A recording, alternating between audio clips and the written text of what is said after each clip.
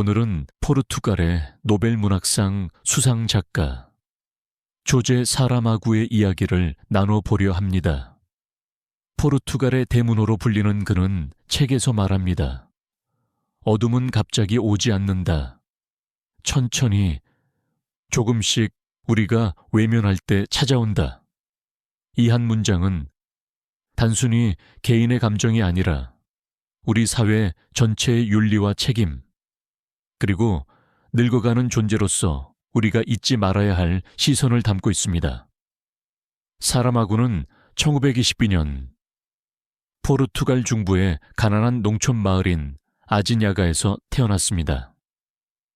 그는 태어난 직후 가족과 함께 리스본으로 이주했지만 도시에서도 삶은 나아지지 않았고 오히려 도시 빈민가에서의 삶은 더 고되고 가난했습니다. 가정 형편은 너무 어려워서 그가 처음 읽은 책조차 공공도서관에서 빌려야 했고 자신의 책을 살 돈은 꿈도 꿀 수 없었습니다. 학교에 다니는 동안에도 교과서와 연필을 사기 위해 아버지의 구두를 닦거나 철공소에서 일을 돕는 등 일찍부터 노동과 생계를 함께 고민해야 했던 시절이었습니다. 12살이 되던 해, 그는 학업을 중단하고 기술학교에 진학하게 됩니다. 거기서 금속공 철공 기술을 배웠고 10대 시절부터 공장에서 일하며 가족을 부양하기 시작했습니다. 낮에는 노동자, 밤에는 독학자였던 그는 자신을 공장의 소음 속에서 책을 읽던 소년이라 회상했습니다. 청년이 된 이후에도 그의 직업은 끊임없이 바뀌었습니다. 자동차 정비공, 편집 보조, 교정자, 번역가, 잡지사 기자, 출판사 편집자.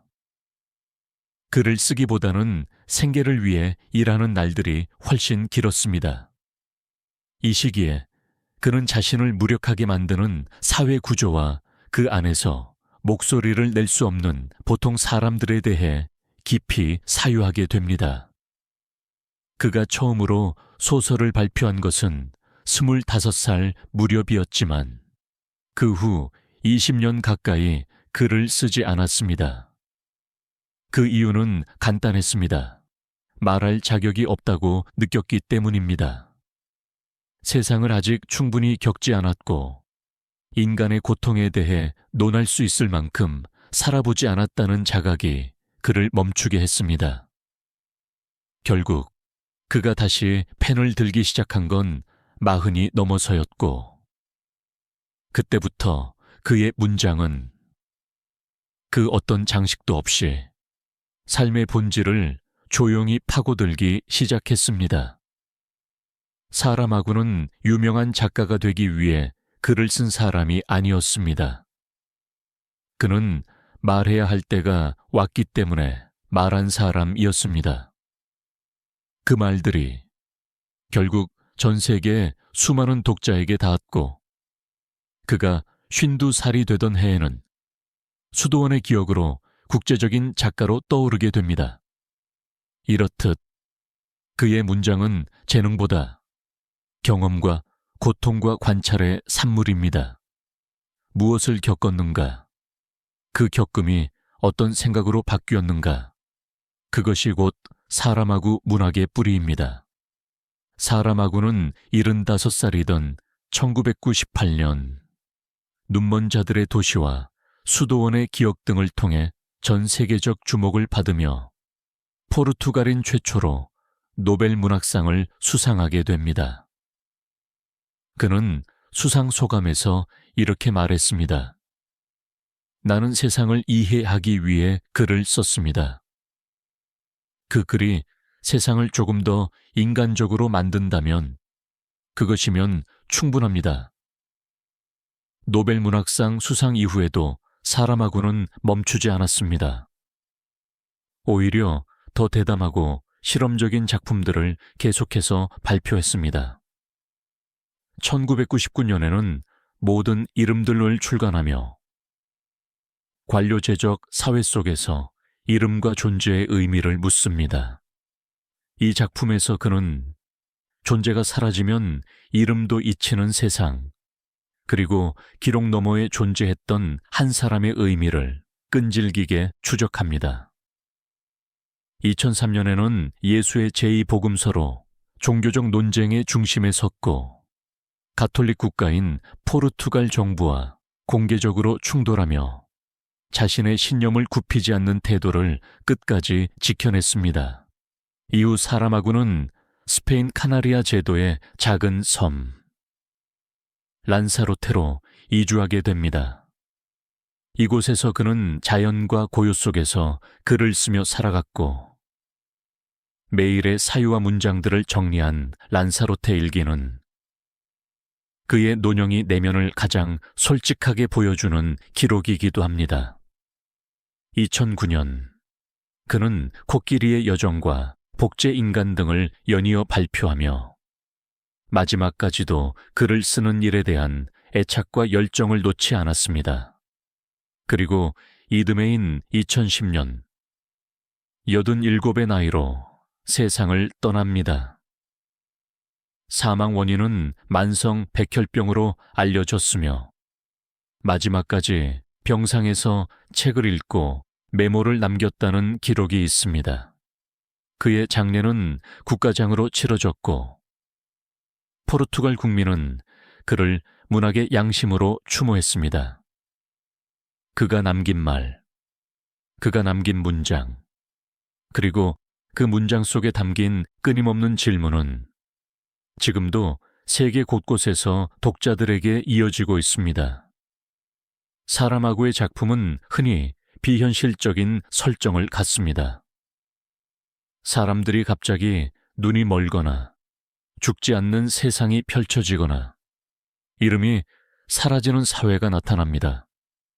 하지만 그 속에 담긴 질문은 현실 그 자체보다 훨씬 더 현실적입니다. 그는 작품 눈먼 자들의 도시에서 말합니다. 사람들이 갑자기 아무 이유 없이 모두 시력을 잃고 사회는 무너지고 사람들은 서로를 외면하며 인간성은 서서히 붕괴되기 시작합니다. 이 소설 속 눈먼 사람들은 단순한 장애가 아니라 우리 사회의 윤리적 실명 상태를 의미합니다. 사라마구는 말합니다. 우리는 눈으로는 보고 있지만 사실은 아무것도 보지 않는 삶을 살고 있다고요. 늙어가며 우리가 겪는 많은 일들에도 이 사라마구의 시선은 깊은 울림을 줍니다. 노년기에는 몸보다 마음이 먼저 고립을 느끼게 됩니다.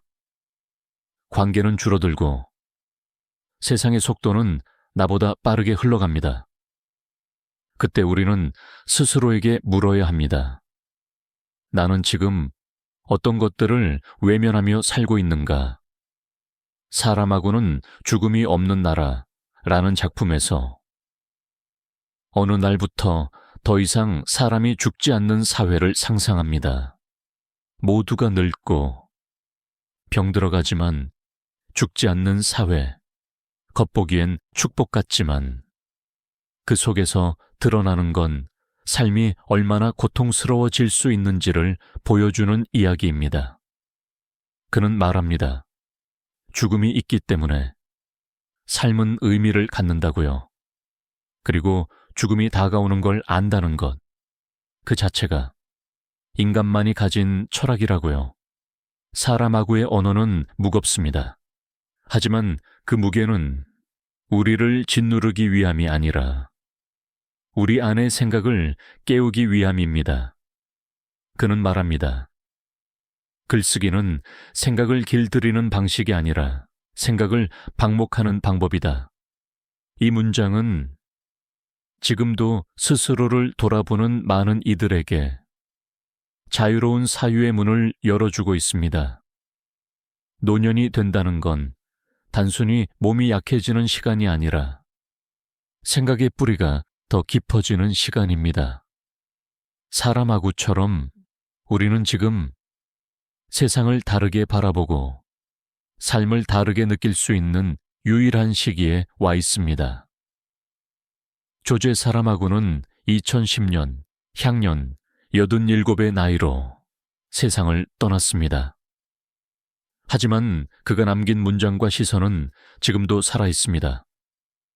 지금 이 순간에도 어딘가에서 어둠은 천천히 다가오고 있습니다.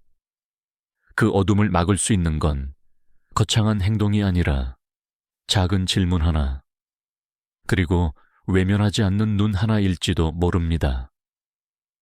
오늘 조제 사람하고를 통해 삶과 죽음, 고독과 윤리, 그리고 늙어간다는 것의 의미를 함께 되짚어 보았습니다.